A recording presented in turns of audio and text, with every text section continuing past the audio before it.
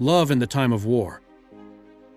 In a city torn apart by war, where sirens wail and smoke chokes the streets, the world feels like it has forgotten humanity.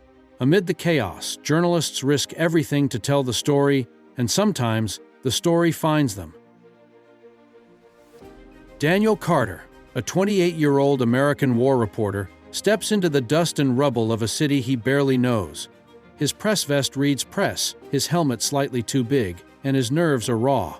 This is his battlefield, but not just of guns and missiles, it's of fear, survival, and stories that must be told.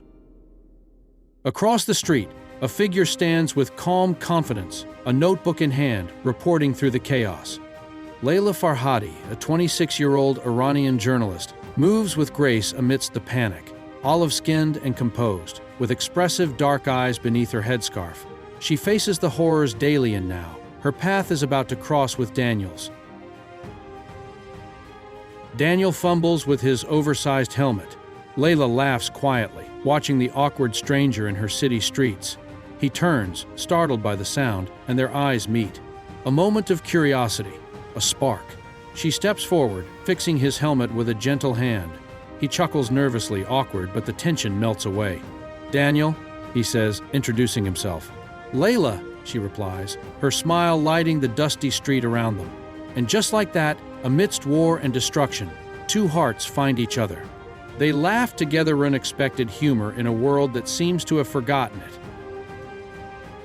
Later, they walk toward a small cafe. Warm lights spill onto the street. Soft music hums from inside, a brief sanctuary from the madness outside. The cafe owner eyes Daniel suspiciously, but Leila can't hide her laughter. Daniel, flustered, tries to apologize, only making her laugh harder. They sit, sharing coffee, their voices low but full of life. For a moment, the war outside disappears. It's just them, two journalists from opposing worlds, learning about each other, about dreams, humor, and the fragility of life. Over the next days, they explore the city together. Through bustling markets, narrow alleys scarred by the conflict, and crumbling streets, they share food, jokes, stories, and laughter. Daniel gestures dramatically while recounting tales from other war zones. Leila teases him gently, her laughter echoing off the walls. In these fleeting moments, a bond forms built not just on attraction but on shared courage and on the understanding that life can end in an instant, and yet they choose to live fully, if only for today. At night, the city glows differently. Lanterns hang from narrow streets, string lights twinkle above cobblestones.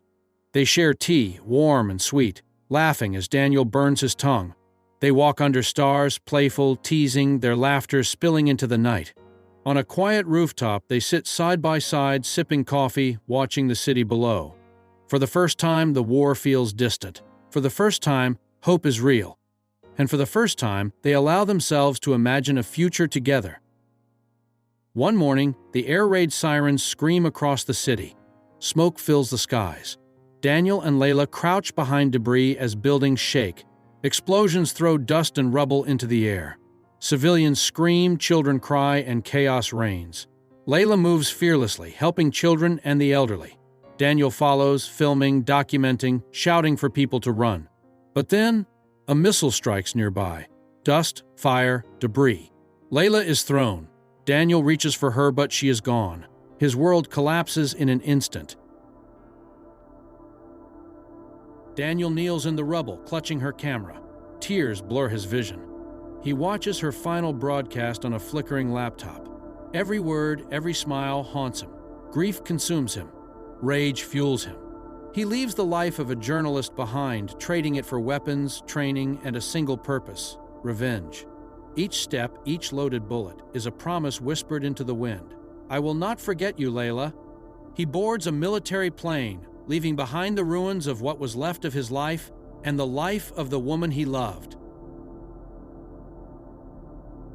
The target is clear. The commander responsible for Leila's death stands before him. Daniel acts with precision but not joy. There is no triumph here, only sorrow. The commander falls. Soldiers surround him. Daniel kneels before the crowd, his voice trembling but strong. "War destroys everything we love. We fought over hatred when we could have chosen humanity. Let this end here." And then, his own fate is sealed. Calm, resolute, Daniel faces execution. The world is silent. His last words echo in the ruins. A warning, a plea, a truth. The city awakens slowly. Smoke lingers. Ruins remain. Civilians move cautiously. Grief and relief mixed on their faces. A small memorial holds Leila's photo, candles flickering, flowers placed carefully. People remember her, remember Daniel, remember what was lost. Even among war leaders, regret shows on hardened faces. The cost of conflict is written across every ruined street, every broken home. And yet, amidst the devastation, the sun rises. Golden light reflects on cracked streets. Somewhere, a child laughs. Somewhere, life begins again. Love, loss, grief, and hope entwined in the story of two hearts in the time of war. This is their story, a story of love, courage, laughter, and the tragic price of conflict.